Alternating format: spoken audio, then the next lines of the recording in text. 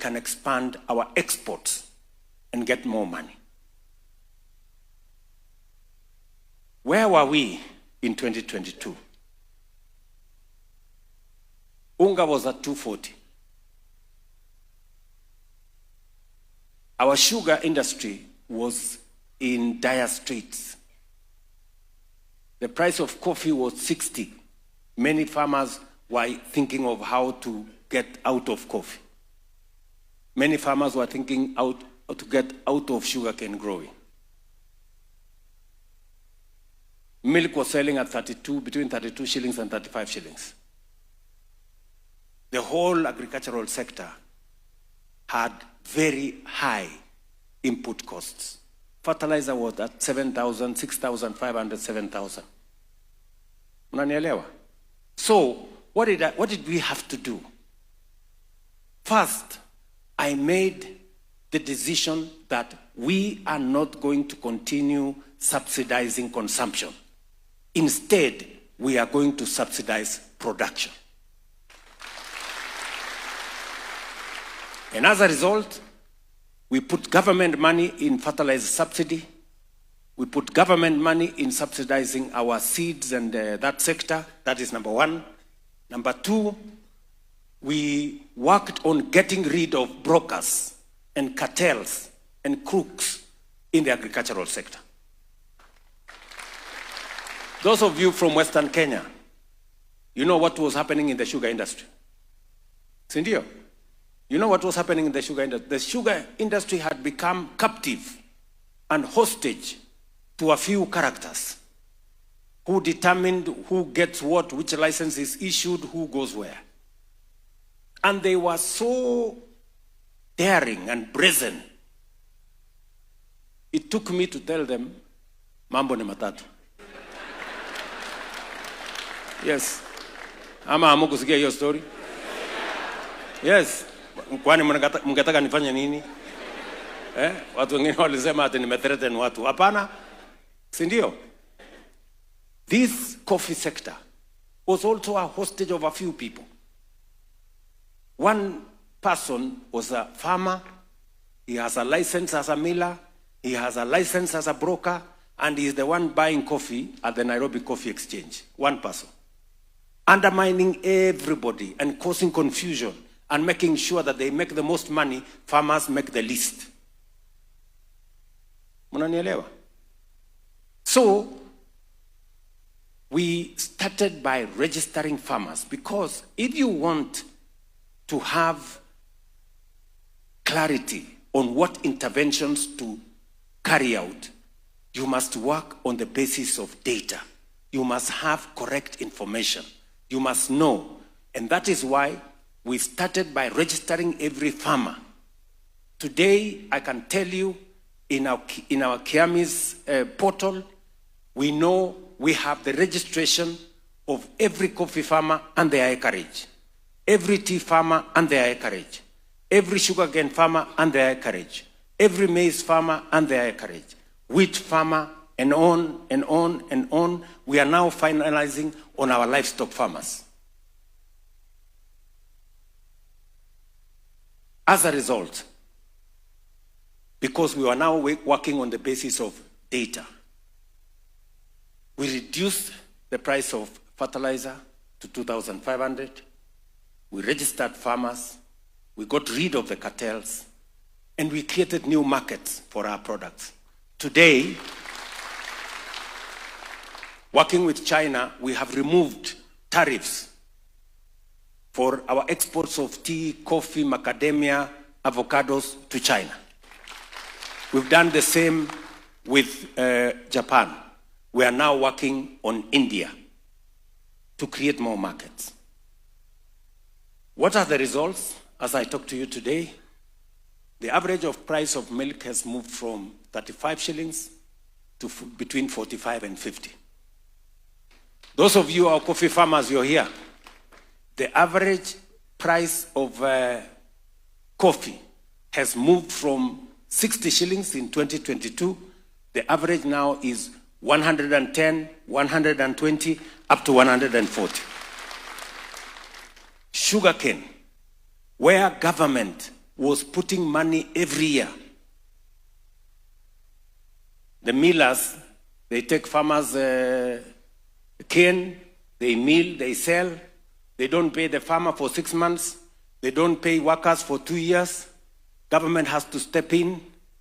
I can now confidently tell you that we have turned around the sugar sector. From a production of 500,000 tons in 2022, last year, we reached 815,000 metric tons. In the next 2 years, we will reach 1 million tons. And in 3 to 4 years, Kenya will be a net exporter of sugar. We have already licensed 4 new sugar mills because people are beginning to discover that there is money in sugarcane farming. What was undermining that sugarcane farming is lack of transformation, cartels, and crooks, and people who were doing the wrong things in that sector. For the first time, we paid bonus to sugarcane farmers in Mumias. And I promise you, end of this year, we will do the same in Zoya, we will do the same in Chemelil, we will do the same in Moroni, we will do the same in Soni. We are not only turning around the sugarcane sector, farmers will make more money, and we will save as a country on foreign exchange. We don't have to import sugar. The net effect of our agricultural transformation is that maize farmers are making more money. You know, we raised the production of maize. Imagine we were importing a lot of maize into Kenya from all over the place. We were producing an average of 40 million bags. Last year, we produced 65 million bags. This year, by God's grace, our analysis, because we got better rains and we got better supply of fertilizer, we intend, our estimate is that we will get 75 million bags this year. What has happened? We have reduced by 70% imports of maize. We have reduced by 70% imports of sugar. And we have doubled our exports of dairy products. What am I saying? That sector is undergoing transformation. And I want to promise you that the 500 billion, imagine, 500 billion Kenya shillings we use every year to import food in the country. We've now cut it down from 500 billion to 300 billion. Our intention is that in the next 3 to 4 years, we will bring our import bill of food from that 500 billion, we are now at 300, we will bring it to 0. Because we can produce all our food in Kenya. We'll save on foreign exchange and we will put money in our farmers' pockets. Mnanielewa? Number 3, we agreed that we want to reform our education sector. You know, in 2022, citizens were not sure about CBC. In fact, as I campaigned in many parts of the country, parents, citizens were saying, let us abolish CBC. Ni kweli ama si kweli? Si ilikuwa namna hiyo? So my first assignment when I arrived here is to set up a presidential working party. Because if there is one thing we must never get wrong, is education. Because if we get it wrong in education, we fail as a country. That presidential working party worked with our manifesto. They looked at the areas, they listened to teachers, and I want to congratulate the teachers of Kenya. You became the largest contributors of ideas that today informs what we are doing. What has happened because of that engagement?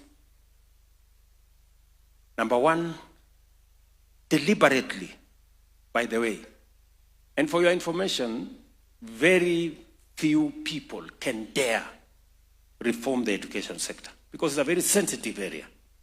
A friend of mine told me this education sector is very sensitive. Parents are very particular about their kids. If you touch this sector, it is going to be something else. But I said, unless we get it right in the education sector, everything else will go wrong. So we went through this together. We can now tell you, and you are the masters in that field, CBC now has more clarity than it ever had. The transition of our kids is now clear, and I want to thank you for supporting that sector. Number two, I have increased the budget from the education sector from 540 billion in 2022.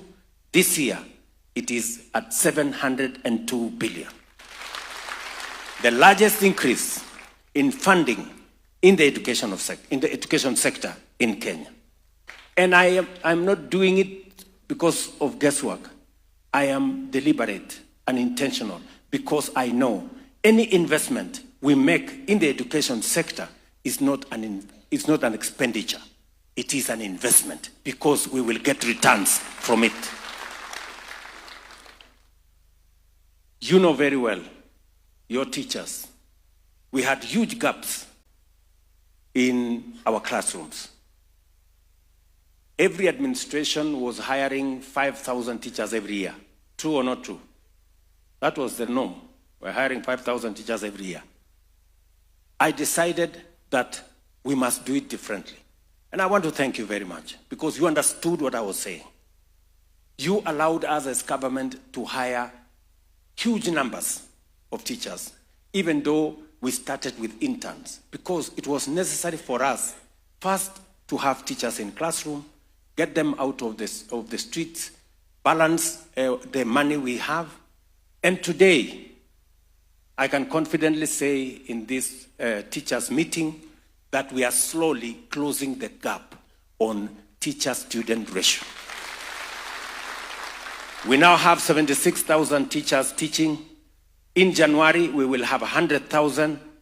And by 2027, we will have 120,000 teachers hired.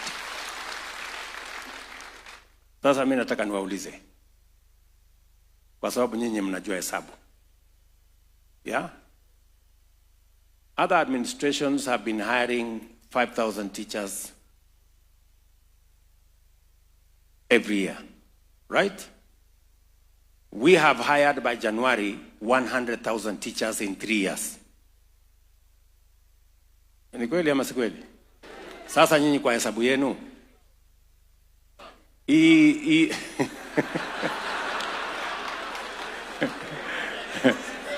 100, acha niwaulize, 100,000 teachers, kama tungeendelea na ile mpango ya zamani ya 5,000 teachers every year, how long will it take us to hire 100,000 years?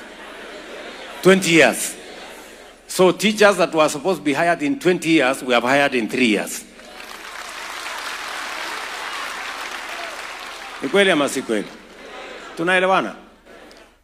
On top of it, we have put money to have more classrooms. We have now built in the last 3 years 23,000 classrooms. And I want to thank members of parliament who are here, the chair of the committee and all the committee members. They have worked with me to make sure that we provide resources through CDF and through government resources to hire, to build more classrooms, because classrooms and teachers form the foundation of learning. Then we can input the rest of the things in between. Tumekubaliana ndugu zangu walimu?